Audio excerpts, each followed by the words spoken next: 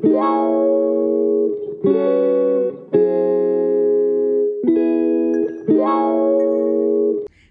tout le monde, j'espère que vous allez bien.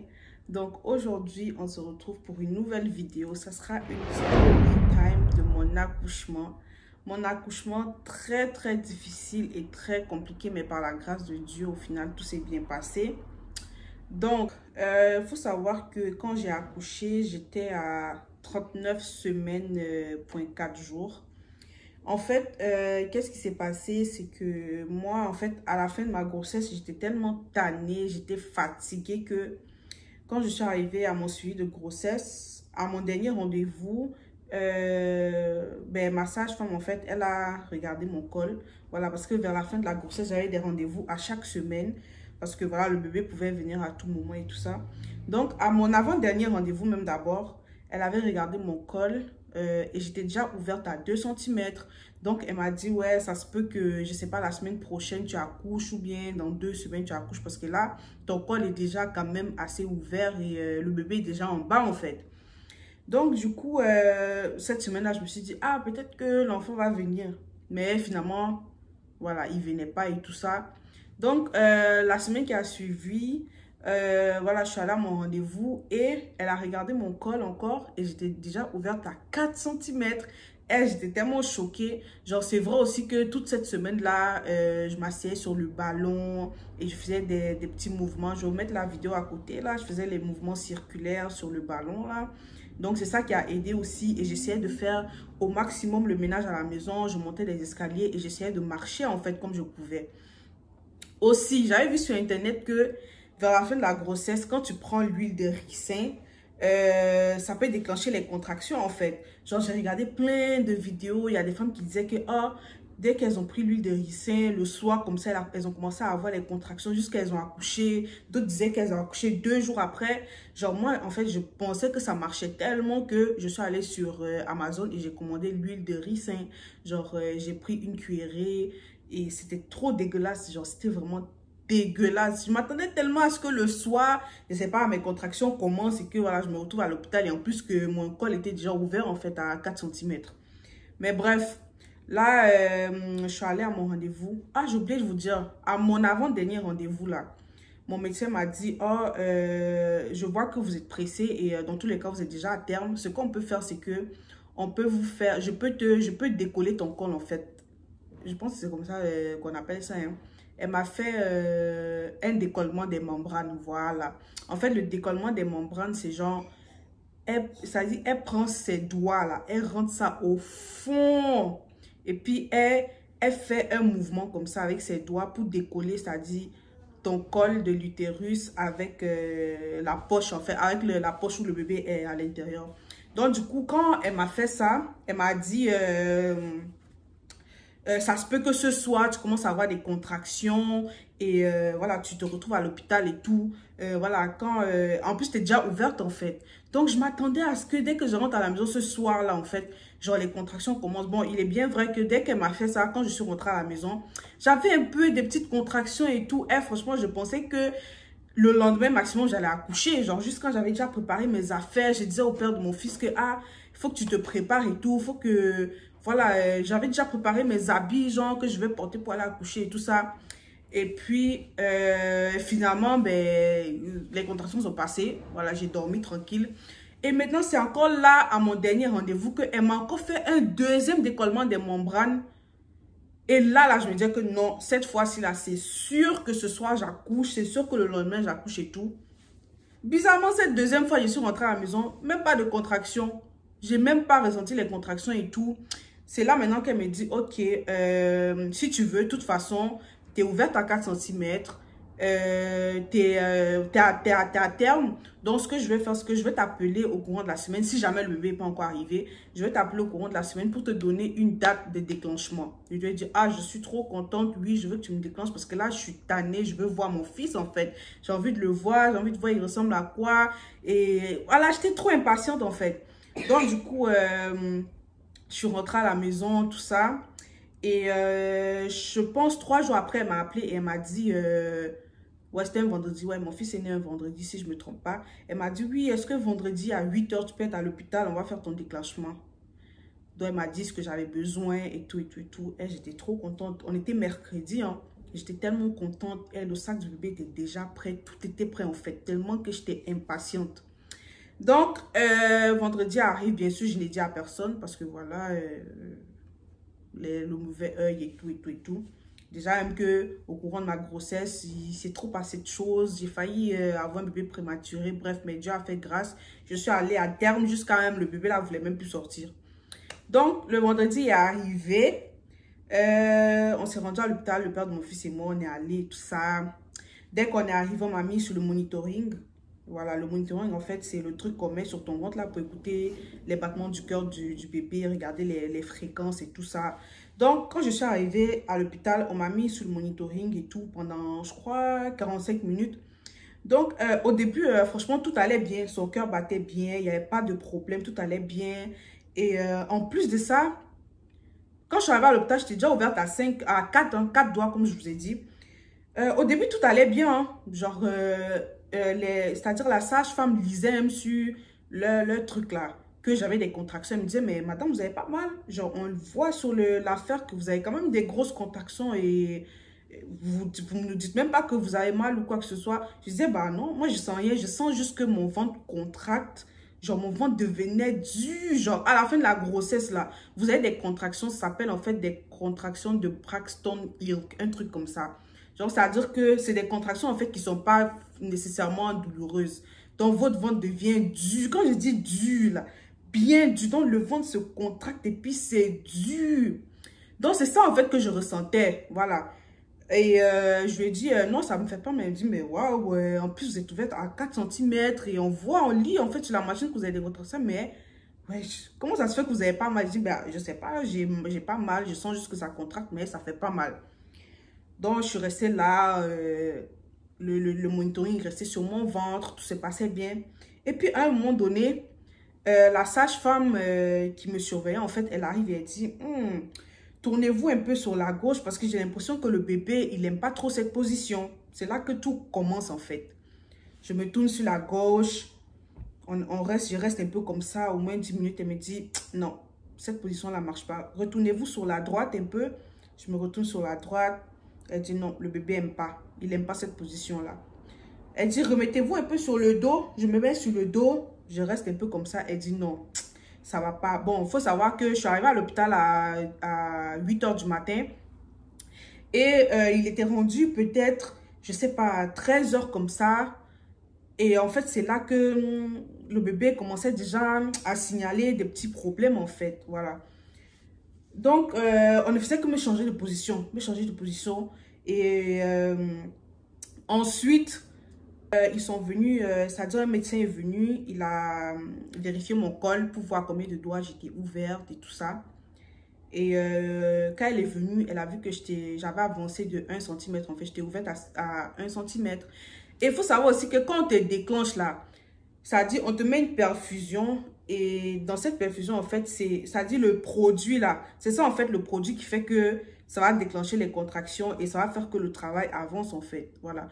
Mais quand on me mettait le produit là, au début, franchement, j'avais pas de contraction. Hein. Genre, j'avais le produit, la seringue dans mon bras, le produit passait, mais j'avais pas de contraction douloureuse. Oui, j'avais des contractions qui contractaient le ventre, mais elles n'étaient pas douloureuses.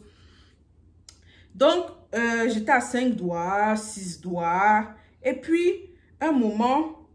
ma poche des os n'était pas encore percée. Voilà. Ma poche des os n'était pas encore percée.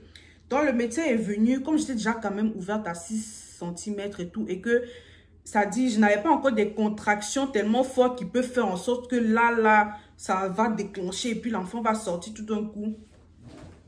Elle est venue, Seigneur, elle est venue, elle a pris une genre de pince, c'est-à-dire une longue pince et le bout était comme ça.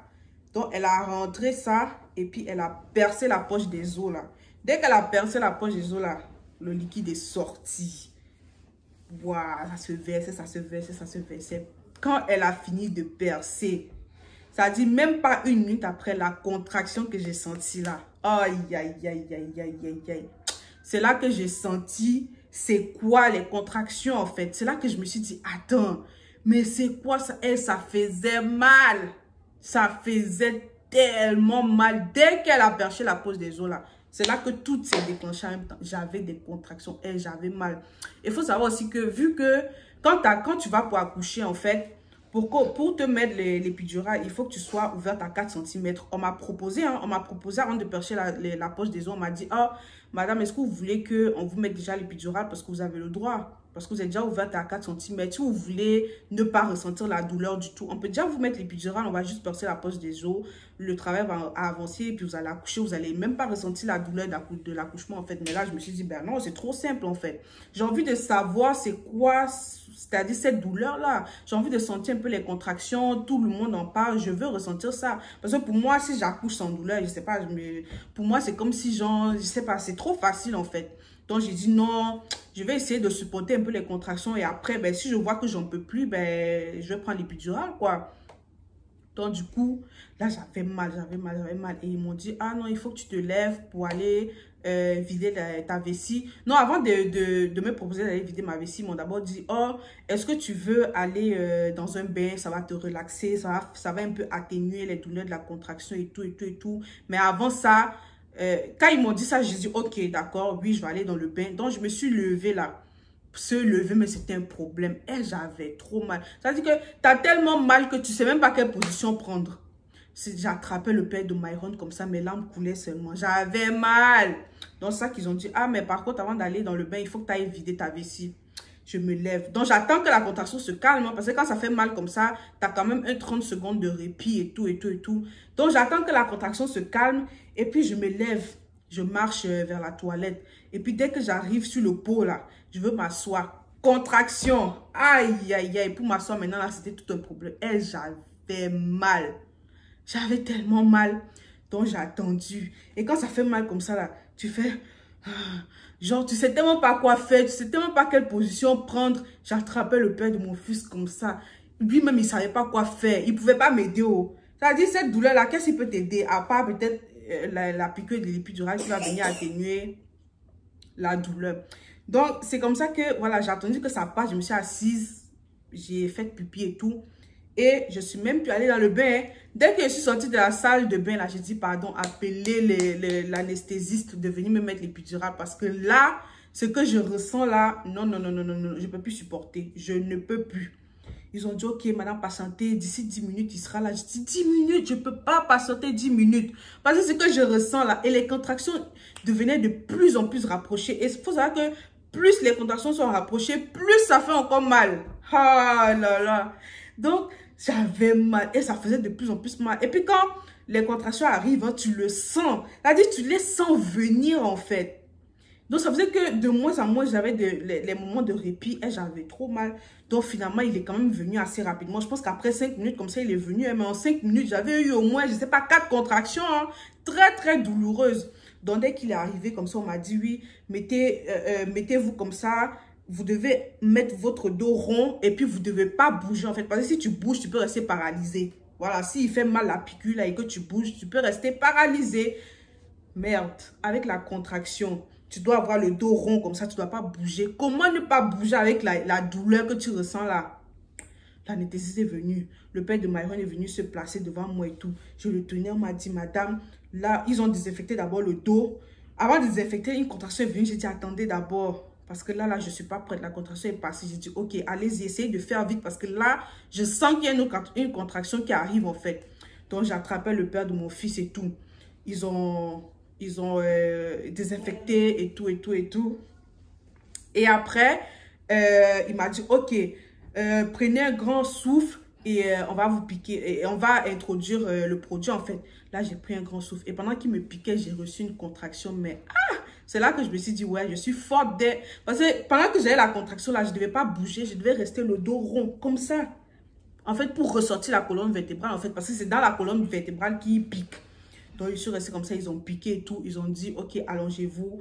J'ai dit, mais ouais, je sens encore les contractions. Genre, après combien de temps ça va commencer à faire effet? Ils vont dire, après 5-10 minutes et tout. Dès que je me suis couchée, après quelques minutes, et même pas 5 minutes, j'ai commencé à sentir un peu que oui, j'ai des contractions, mais je sens plus trop en fait. Et il y avait le truc là, tu sais, le produit de l'épidurale. Il y a comme un petit truc que tu peux appuyer en fait pour augmenter la dose du produit. Donc, je me suis dit, ok, je ne vais pas trop augmenter parce que je n'ai pas envie de gaspiller la dose au moment d'accoucher. Je vais tellement augmenter la dose là même que, même si l'enfant là me déchire, même je ne vais rien sentir. Donc, je gardais, ça dit, j'économisais mon produit en fait. Donc, ça faisait que je n'appuyais pas trop. Donc, c'est comme ça qu'on vient. On regarde encore mon col. On dit, ah, madame, waouh, ça avance bien. Vous êtes à 8 cm et tout. Mais, le bébé, il ne supporte pas trop. Il ne supporte pas trop ça en fait. Il n'aime pas trop ce qui se passe là. Je me dis, bon, ok. Je comprends pas. Là, il commençait à avoir plein de médecins dans la salle qui venaient tous en même temps. J'étais là, je disais, mais attends, qu'est-ce qui se passe et tout. Même quand je voyais leur visage, je voyais que non. Il y a quelque chose qui ne va pas en fait.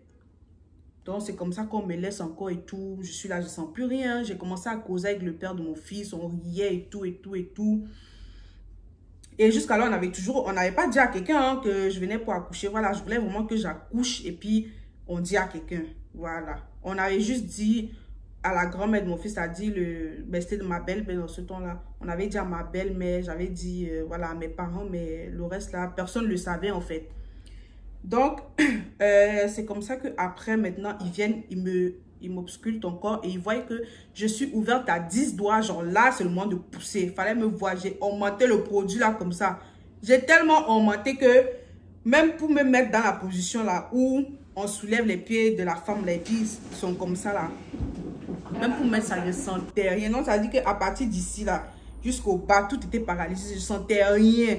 Donc, le père de mon fils était obligé de soulever mes jambes, poser sur le truc avec l'infirmière. On a soulevé mes jambes, on a posé et puis on m'a dit, bon, on va pratiquer le pousser. Essayez de faire comme si vous êtes en train de faire caca en fait. Action, tu vas pousser 3 fois. Tu gardes ta respiration bloquée au moins 10 secondes. D'accord? 10 secondes, tu respires, après tu reprends. Tu bloques ta respiration pendant 10 secondes, après tu respires. On fait ça 3 fois. Mais je vais te guider, d'accord? Surtout pour les premières là. Il n'y a pas quelqu'un qui va aller rester là? Non. Là, tu as une. Vas-y, bloque ta respiration et pousse. Allez, vas-y. Allez, allez, allez, allez, allez, allez. Genre, ça y est, la manière que tu pousses, il faut que tu pousses comme quand tu vas aux toilettes, tu pousses pour faire caca en fait. Donc, j'ai dit, ok, je pousse, je pousse et tout. Elle dit, non, il ne faut pas que tu pousses avec ça. Genre, il ne faut pas que tu pousses avec, je ne sais pas comment t'expliquer en fait. Pousse vraiment avec le bas, quoi. Donc, j'essaye. La première fois, elle dit, non, c'est pas ça. Essaye de pousser vraiment vers le... Genre, pousse en bas. Je ne sais pas comment vous expliquer ça, mais bon. Donc, c'est là que je fais. Elle dit, ok, voilà, super. C'est bon comme ça et tout. Attendez, attendez, attendez. Là, ils ont installé les trucs et tout, et tout, et tout. Les médecins sont venus. Là, ça y est, le médecin s'est assis devant moi comme ça. Et mes jambes écartées, elle était assise. Donc, j'étais là, elle était assise. Et puis, ils ont dit, bon, allez-y.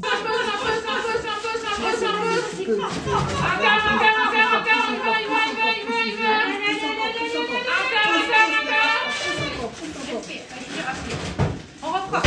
Allez, vas-y, allez, vas-y. Pousse encore, tu peux, vas-y, fort, vas-y, bébé, tu peux, vas-y, pousse encore. La dernière, on reprend. La contraction est toujours là. Allez, vas-y, pousse. Allez-y, allez. Je pousse. Donc, tu dois pousser et retenir ton souffle pendant 10 secondes, en fait. Et c'est pas du tout facile. Et il y avait, le père de mon fils avait genre un pulvérisateur là, d'eau pour, ça dit, pour refroidir ton visage, en fait. Un truc comme ça. Donc, je pousse. L'enfant ne descend pas. Je pousse. En plus, ils disent que je pousse. En plus, les médecins là disaient que je poussais bien. Mais l'enfant ne descend pas. Je pousse. Je suis ouverte. N'oubliez pas que je suis ouverte à 10 doigts. Hein. Je suis ouverte à 10 doigts. Je pousse bien. Mais l'enfant ne descend pas. Pourtant, sa tête était déjà en bas. Il était bien en bas. Je pense même qu'on voyait ses cheveux. Mais l'enfant ne veut pas descendre. Genre, clairement, je pense que lui, là, il voulait pas. Il était tellement pas prêt à sortir. Donc, c'est comme ça que l'enfant ne descend pas et tout. Je pousse et je vois que la salle s'est remplie de médecins en même temps. Je me dis, mais attends, qu'est-ce qui se passe? Jusqu'à ils sont allés prendre des ciseaux. Ils m'ont déchiré. Donc, ils m'ont coupé. Parce que ils se disaient, ah, peut-être que, je sais pas, mon truc est tellement petit que genre l'enfant là, je sais pas, il est bloqué en fait. Donc ils ont pris les ciseaux, ils m'ont déchiré. Et je vais vous mettre la vidéo à côté là de quand j'étais en train de pousser parce que le père de mon fils avait mis la caméra et il a filmé un peu quoi. Je vais vous mettre une vidéo, vous allez voir comment je poussais en fait. Le médecin là criait, allez, vas-y. En tout cas, c'est comme ça qu'ils ont pris les ciseaux, ils m'ont coupé. Et encore là, rien. Donc, le médecin a pris 2 pinces, 2 grosses pinces. Elle a rentré ça à l'intérieur. Attraper l'enfant, essayer de tirer l'enfant avec les pinces là. L'enfant ne bougeait pas. L'enfant ne descendait pas. Et son cœur ralentissait de plus en plus. Donc, c'est-à-dire que c'était tellement... Donc, ce qui se passait là, je ne comprenais pas en fait. Je me disais, mais attends, je suis arrivée à l'hôpital, j'étais ouverte à 4. Le travail a tellement bien avancé que je me suis rendue à 10. On me dit que je pousse bien. Et tout au long de ma grossesse, l'enfant était en santé. Bon, à part à mes 5 mois de grossesse qu'on m'a dit que je pouvais accoucher, c'est-à-dire prématurément, j'étais alitée et tout, j'avais plus le droit de bouger. Mais après, tout était revenu à la normale. Il était en santé dans mon ventre, moi j'étais en santé. Mais qu'est-ce qui se passe en fait? Je ne comprends pas. Donc c'est comme ça qu'ils mettent les pinces, ils poussent, ça ne descend pas. Le cœur de l'enfant ne fait que ralentir. C'est là qu'on me dit que madame, on a tout essayé, on vous a déchiré, rien. On a rentré les pinces, rien. L'enfant ne descend pas et son cœur en fait ralentit. Donc ça dit que les prochaines minutes là sont très très précieuses pour l'enfant. Sinon, l'enfant là va pas suivre. Je me dis, Seigneur. Il faut savoir que pendant que je poussais là, je disais, Seigneur, aide-moi, Seigneur, aide-moi, Seigneur, aide-moi. Donc le jour là, j'ai prié tous les dieux. Donc en poussant là, je disais seulement, Seigneur, Seigneur, aide-moi. Tu ne m'as pas donné l'enfant là pour qu'aujourd'hui là, je ne le voie pas en fait. Aide-moi, aide-moi, aide-moi. Donc c'est comme ça que le médecin me dit, madame, césarienne. Fallait voir comment on courait avec moi sur le lit d'hôpital. Donc les médecins là me poussaient en courant seulement. Donc c'est-à-dire que si on perdait, je sais pas, seulement 1 minute là, le pire allait arriver franchement. Donc c'est comme ça qu'on me pousse en courant. Et il y avait les médecins comme ça dans la salle. Beaucoup de médecins. Donc j'arrive comme ça dans la salle de césarienne et tout. Tout le monde était déjà prêt. Tous les ciseaux, tous les trucs. Tout était prêt en fait. J'arrive et tout. Donc je me couche. Et puis ben, j'étais déjà couchée, logique. On vient et puis on me met un truc d'oxygène là. Dès qu'elle me met ça, elle me pose un peu les questions. Et puis je me sens, ça y est, je me sens aller en fait. Je me sens partie, pas partie dans le sens mourir, mais je me sens comme si je partais en fait. Je sais pas comment vous expliquer ça. Un coup comme ça, je dors en fait, comme si j'étais morte en fait. Anesthésie générale, parce qu'on m'a fait une anesthésie générale. On coupe mon ventre et tout, on sort l'enfant. Il faut savoir que dès qu'ils ont sorti mon fils là, mon fils ne réagissait pas. Donc c'est comme si mon fils en fait, il était mort. C'est comme s'il était mort parce qu'il ne réagissait pas. Ils ont tout fait, ils l'ont tapé, ils l'ont secoué, il ne réagissait pas. Donc l'enfant était en train de partir en fait. Donc c'est comme ça qu'on l'a amené dans la salle de réanimation. On lui a fait les trucs et tout. Et après on l'a réanimé. Donc c'est là qu'il a crié son petit... Il a crié en fait. Et puis, Seigneur, il me dit, mais Dieu est grand. Donc j'allais perdre mon enfant comme ça en fait. Je sais pas. Je sais pas en fait. Donc c'est comme ça qu'on m'a amené dans la salle de réveil. Et puis, je pense 45 minutes après, je me suis réveillée. Et quand je me suis réveillée, je comprenais tellement pas ce qui se passait. Je ne savais pas que j'étais enceinte. Je ne savais pas que je venais d'accoucher. Je ne comprenais pas ce que je faisais là. Même mon nom, je ne savais pas. Donc, c'est comme si j'avais perdu la mémoire. En fait, je ne savais pas ce qui se passait en fait. C'est comme si j'étais morte et puis je me suis réveillée et puis j'étais perdue en même temps. Je ne sais pas comment vous expliquer. Et tout mon corps était, genre, à partir d'ici, là, jusqu'au bas, tout était paralysé. Je n'arrivais plus à bouger mes pieds, rien. Donc, c'est comme ça que j'ouvre mes yeux et puis j'entends une voix. Au début, j'entends la voix, mais pas vraiment forte. J'entends Madame Kamta. Donc, doucement, comme si c'était un écho, en fait, Madame Kamta. Et au fur et à mesure que la dame me parle, donc je l'entends de plus en plus fort, en fait. Jusqu'à j'ouvre mes yeux, elle dit... félicitations, vous venez de mettre au monde un petit garçon. Je dis quoi? Comment ça? Je suis où et tout? Elle me dit, vous venez d'accoucher et tout par césarienne. Tous ces... À ce moment-là, elle ne m'a pas tout expliqué que l'enfant est sorti, il ne réagissait pas, juste qu'on l'a réanimé et tout. Elle ne m'explique pas ça. Elle m'explique juste que, ah, vous avez mis au monde, félicitations, un petit garçon, il est trop beau et tout. Je dis, ah ouais? Je comprends pas. Elle dit, ouais, vous avez accouché, là, vous venez de vous réveiller de l'anesthésie générale et tout ça, vous allez bien, on vous a cousu, tout va bien et tout. Essayez de bouger un peu vos orteils. Donc, dans ma tête, dans mon cerveau, en fait, je me dis, bon, en fait, tout était tellement paralysé que c'est impossible de bouger tes orteils, en fait. Mais dans ma tête, je me dis, bon, il faut que j'essaie de bouger. En fait, pour moi, je ne bougeais pas. Je ne bougeais pas, en fait. Mais c'est-à-dire, l'infirmière m'a dit, oui, ah, c'est bon. Là, vous êtes en train de bouger vos orteils. Je dis, ah ouais, je suis en train de bouger mes orteils. Elle dit, oui, vous bougez. Donc, c'est déjà bon signe. Donc, petit à petit, vous allez reprendre un peu conscience. Et puis, vous allez commencer à sentir vos membres et tout, en fait. Donc, c'est comme ça que petit à petit, la mémoire me revient et tout, et tout, et tout. Donc, c'est là après que je lui dis, mon fils est où? Donc, là, j'ai pris conscience, en fait, que je venais d'accoucher et que j'étais enceinte. Donc, toute la mémoire est revenue, en fait. Je dis, mon fils va bien. La première question, c'était, mon fils va bien? Elle dit, oui, il va bien, mais ça a été très compliqué. Mais, actuellement, il est avec son papa. Donc, là, j'étais rassurée. Je me disais, merci, Seigneur. Je disais, merci, Seigneur. Donc, c'est là que je me suis tout remémorisé que, c'est vrai que quand je poussais l'enfant, il n'est pas sorti, on m'a amené en césarienne et tout. Donc, c'est là que je me suis rappelé de tout en même temps. Ils disent que non, finalement, tout s'est bien passé et tout, même si c'était très compliqué. Donc, tout va bien, il est en santé et tout. Là, il est avec son papa. Je dis, est-ce que je peux aller les voir? Ils disent, non, il faut d'abord que tu finisses de récupérer. Il faut que tu sentes tes jambes au complet et tout, et tout, et tout. Donc, d'ici peut-être 45 minutes, tu vas aller les rejoindre et tout. Je dis, bon, ok, je suis restée là. Et puis, après 45 minutes, on m'a amené dans la salle. Dès que je suis arrivée, j'ai vu mon petit bébé. Genre, il était tout petit. Il était emballé dans sa serviette. Son père le tenait comme ça. Genre, ils étaient en train de faire le pot à pot. Son père le tenait comme ça. Et vous ne pouvez pas sentir ce que j'ai ressenti. Vous ne pouvez pas savoir ce que j'ai ressenti à ce moment-là. Genre, je ne sais pas. Il faut vivre ça vraiment pour comprendre. Genre, quand on me poussait là sur le lit, là, je l'ai vu. Quand son père m'a vu, il s'est levé en même temps et puis il s'est approché vers moi avec mon fils. Genre, il était tout petit comme ça. Donc, on m'a replacé et tout. Vu que j'avais la césarienne, je ne pouvais pas vraiment bouger parce que là, l'anesthésie commençait petit à petit à partir dans mon corps. Donc, je commençais à ressentir un peu la douleur. Donc, c'est comme ça qu'il est venu. Il a penché un peu mon fils comme ça. Je l'ai vu. Et là, je ne pouvais pas encore le porter parce que j'étais un peu encore dans les vapes. Donc, je l'ai vu et tout. Et j'étais comme, waouh, genre, ça, c'est mon fils. Genre, là, je viens d'accoucher. Donc, ça, c'est le bébé qui était dans mon ventre, là, qui est là. Et j'étais trop contente. Donc, c'est là que une infirmière vient maintenant et elle m'explique que quand il est sorti, ça a été très compliqué. Il ne réagissait pas. On a dû le réanimer et tout, et tout, et tout. Et j'étais juste comme... En fait, j'étais tellement dépassée que... J'ai pas pleuré, hein. Par contre, j'ai pas pleuré. Je pensais que j'allais pleurer, mais j'ai pas pleuré. Mais j'étais vraiment contente de savoir que, franchement, tout s'est bien passé. Je le voyais, il était là, il faisait le pot à pot avec son père et tout. Et en plus, elles m'ont dit que quand on était en train de le réanimer, quand il a poussé son premier cri, il a fait un petit sourire en même temps. Non, je me dis, mais Dieu est grand.